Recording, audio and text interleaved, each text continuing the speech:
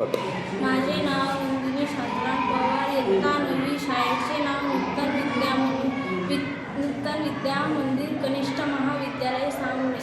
आत्मनिर्भर भारत म्हणजे देशातील सर्व क्षेत्रांमध्ये स्वावलंबन मिळवणे म्हणजे भारताने आपल्या गरजांसाठी इतर देशावर अवलंबून न राहता स्वतः उत्पादन करणे, आपले उद्योग वाढवणे आणि नागरिकांना रोजगार करून देणे.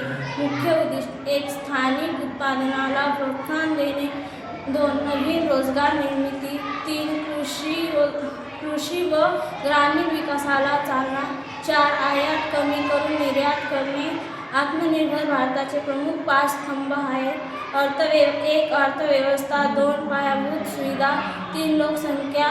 कुठल्या क्षेत्रावर विशेष भर आहे? 1. उत्पादन क्षेत्र. 2. कृषी आणि अन्य प्रक्रिया. 3. आरोग्य व औषध.